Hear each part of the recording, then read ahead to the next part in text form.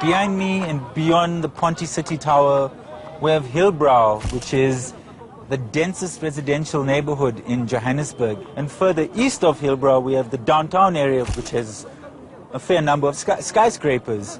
And even further east, we've got the sporting infrastructure, which is being used for the 2010 World Cup. And right here and below us, we've got Bertram's. Bertram's is poor neighborhood, one of the poorer neighborhoods in Johannesburg. It's also one of the oldest suburbs in Johannesburg.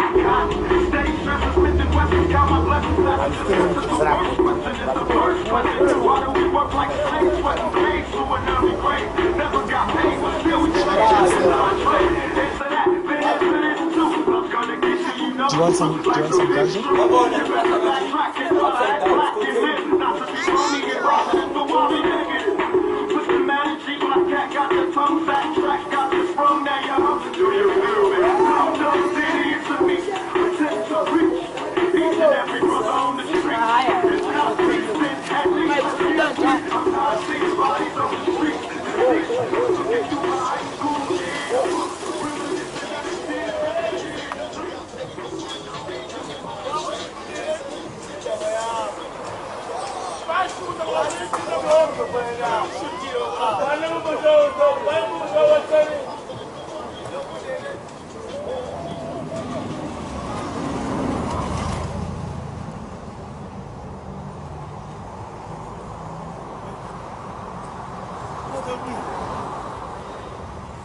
So, Dolphin, you're a resident here in Bertram's?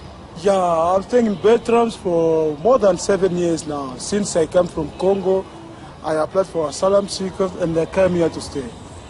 But the problem we have here, it's in connection with the buildings. Apparently, we heard that the JDA, Joanesburgo Development Agency, they need to destroy some buildings because of the 2010 World Cup. They want parking, and all the Bertrams now, they are panicking because they know that from the 1st of February, the government will come to take all of them out and destroy the place. And now I start asking myself, this is the law of South Africa or what? What is this? It seems to be an official letter of demolition. It says, we wish to inform you that starting February 1st, 2008, the Johannesburg Development Agency will begin demolishing the houses you are currently occupying. And so everybody's living in fear right now, fear of eviction. No? Yeah, you can ask them, they'll tell you. You can see from their faces. The problem is they don't have someone to talk for them. Sure. That's the problem. So if this happens today, where are you guys going to go? On the street. Yeah? Yeah.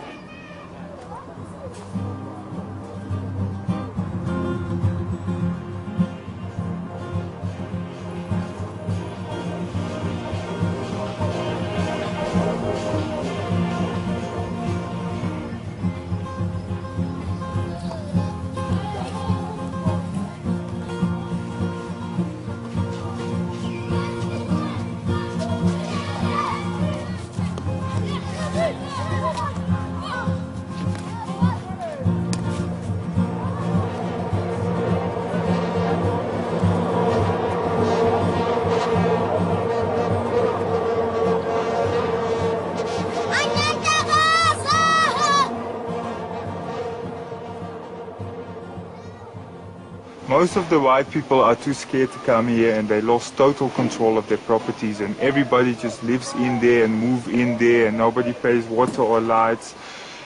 And that's why they get taken over by slumlords, because the real owners are not interested in their properties anymore.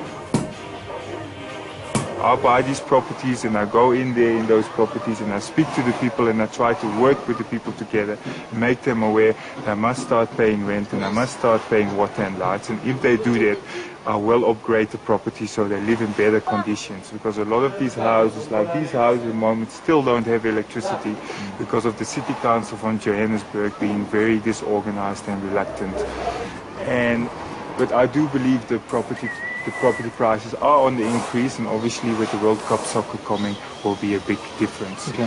How many properties do you own in Bertram's?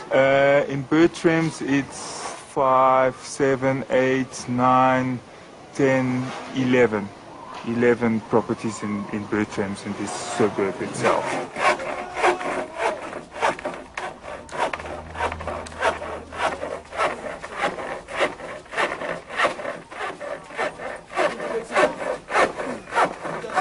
How are you going? Oh, man, keep the ball rolling. Now I'm still fixing my bed here. Your bed? Yes. So you're living here in this house? No, opposite. 4-5. How long you been there, Hector? 10 years. And when you first came here, what were the people like? Enjoy. By the time it was not like this, whereas it is today. It was still modernized at that time. Still in good condition, but now that we look at slums. Mm-hmm. And what kinds of people lived here 20 years ago? Yeah, more or less the whites were living here around. And were people, would you say, sort of rich? Was it a sort More of middle class? Middle class. White middle class suburb? Yes. Okay. And when did you start experiencing the changes? The changes, it comes when the 94 election and those things, people, they try to run away them.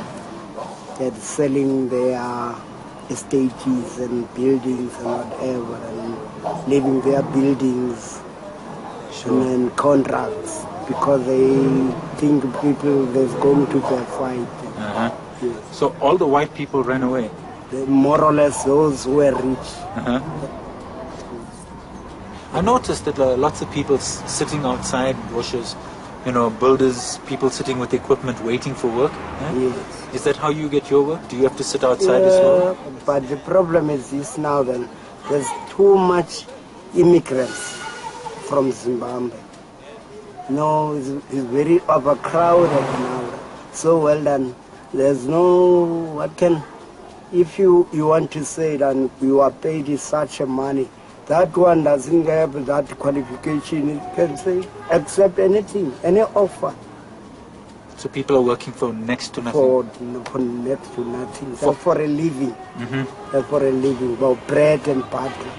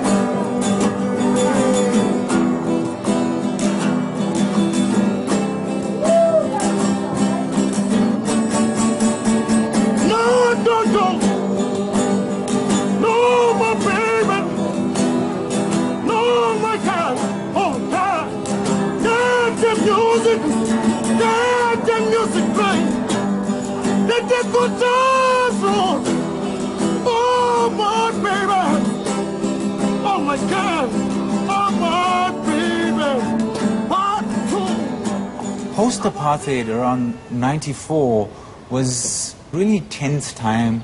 There was lots of fear, especially around the white constituents who fled. There was an exodus out of the inner city.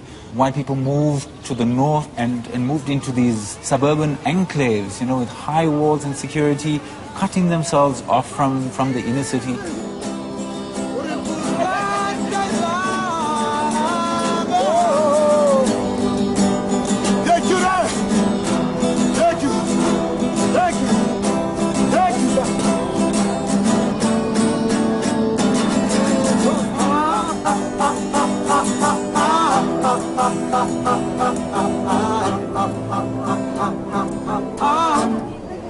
There was an influx of people into the city. People came from rural South Africa, people came from continental Africa, and this transformed the modernist landscape with new informal practices. The city planners inherited a lot of the old apartheid legacies.